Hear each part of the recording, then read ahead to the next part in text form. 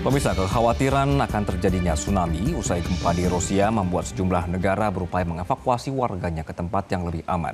Salah satunya adalah di Chile yang memiliki pengalaman buruk terhadap gempa bumi. Sebagai negara yang rentan terhadap gempa bumi dan tsunami, pemerintah Chile sempat menaikkan peringatan potensi tsunami ke level tertinggi. Di kota Iquique, Chile, warga berkumpul di alun-alun kota sebelum mengungsi ke tempat yang lebih tinggi. Para nelayan di kota Veracruz, pesisir Panama juga turut mengamankan perahu setelah peringatan tsunami dan diminta untuk tidak berlayar sampai ada pencabutan. Warga Chile memiliki trauma terhadap gempa bumi dan tsunami seperti yang pada terjadi di 2010 lalu yang menewaskan 525 orang.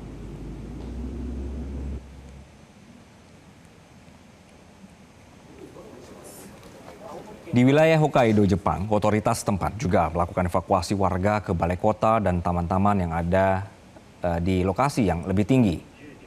Evakuasi ini dilakukan setelah adanya peringatan tsunami dari Badan Meteorologi Jepang. Sebuah stasiun pemadam kebakaran di Hokkaido membuka tenda untuk memberikan tempat bagi para pengungsi serta menyediakan persediaan darurat. Badan Meteorologi Jepang mengatakan tsunami setinggi 60 cm telah terdeteksi. Gelombang ini bergerak ke selatan di sepanjang pantai Pasifik dari Hokkaido ke Teluk Tokyo.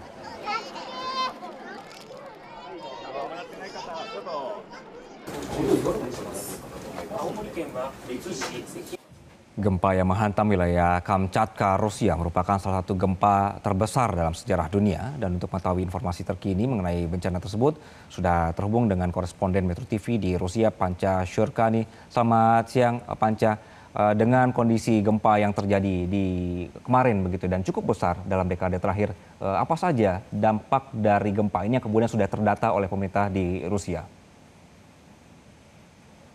Ya, gempa bumi dahsyat dengan magnitudo 8,8 yang melanda wilayah Kamchatka Krai di timur jauh Rusia kemarin merupakan salah satu dari 10 gempa bumi terbesar sepanjang sejarah dunia.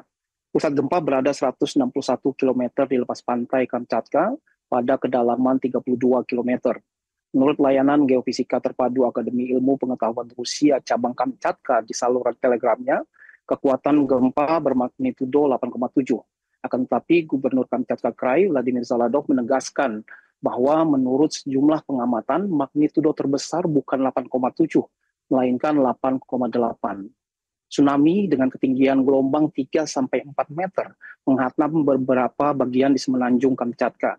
Terlepas dari dahsyatnya gempa yang terjadi, Menteri Kesehatan Kamchatka, Oleg Melnikov, mengatakan tidak ada korban jiwa dan korban yang mengalami cedera serius. Meski demikian, Oleg mengakui bahwa terdapat sejumlah korban yang terluka, walau tidak menyebutkan jumlahnya. Mereka adalah orang-orang yang panik berlarian keluar rumah atau gedung untuk menyelamatkan diri saat gempa terjadi. Di antaranya seorang pasien di rumah sakit yang melompat keluar jendela, dan seorang wanita yang berada di bandara saat bencana melanda. Hingga saat ini belum ada data resmi mengenai berapa banyak korban dan kerusakan yang ditimbulkan akibat gempa bumi dan tsunami di Kamchatka. Ahli Akademi Ilmu Pengetahuan Rusia Andrei Karzienko mengatakan penduduk Kamchatka dan Kepulauan Kuril sangat beruntung karena pusat gempa berada jauh dari daratan hingga tidak menelan korban jiwa dan menimbulkan kerusakan yang parah. Gempa yang terjadi pada pukul 11.14 pagi waktu setempat atau pukul 6.24 waktu Indonesia Barat ini merupakan gempa terkuat di zona seismik Kamchatka sejak 1952. Kembali pada November 1952, wilayah Kamchatka mengalami gempa dengan magnitudo 9 dan menciptakan gelombang tsunami mencapai 18 meter yang menyebabkan kehancuran signifikan di Kamchatka dan Kepulauan Kuril. Anggi? Baik. Panca, jadi setelah kemarin gempa yang cukup besar ini, apakah dari pemerintah Rusia sendiri sudah ada informasi untuk tetap waspada terhadap bencana-bencana susulan seperti ini atau juga bencana yang kemudian tertrigger dengan kejadian kemarin? Benar sekali, Anggi. Pemerintah menginformasikan bahwa setelah bencana gempa bumi yang bermagnitudo hingga 8,8 terjadi sejumlah bisa dikatakan puluhan gempa susulan, tapi guncangannya tidak terlalu signifikan. Para ahli juga mengatakan gempa susulan masih akan berlangsung selama beberapa bulan ke depan, sehingga pemerintah meminta warga untuk waspada. Anggi. Oke, baik Panca, apakah ada warga Indonesia yang terdampak dengan bencana ini? Kemudian kalau tadi sudah ada informasi bahwa ada kemungkinan ya bencana-bencana susulan yang terjadi, apakah ada himbauan juga untuk WNI untuk tetap waspada, Panca?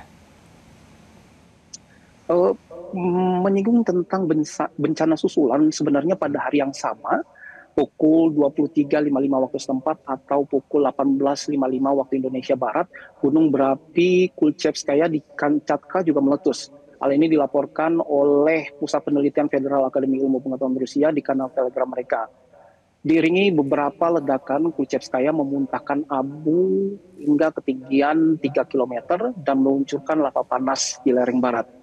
Mengenai apakah ada warga yang terdampak, apakah ada warga Indonesia yang terdampak, Kedutaan Besar Republik Indonesia telah melakukan koordinasi dengan warga negara Indonesia yang berada di beberapa kota di wilayah timur jauh Rusia dan tidak menemukan warga yang terdampak gempa.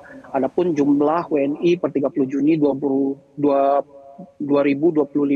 tercatat sebanyak 50, yaitu mahasiswa, pekerja migran, dan rohaniawan. Baik, koresponden Metro TV di Rusia, Panca Syurkani, terima kasih atas laporan Anda.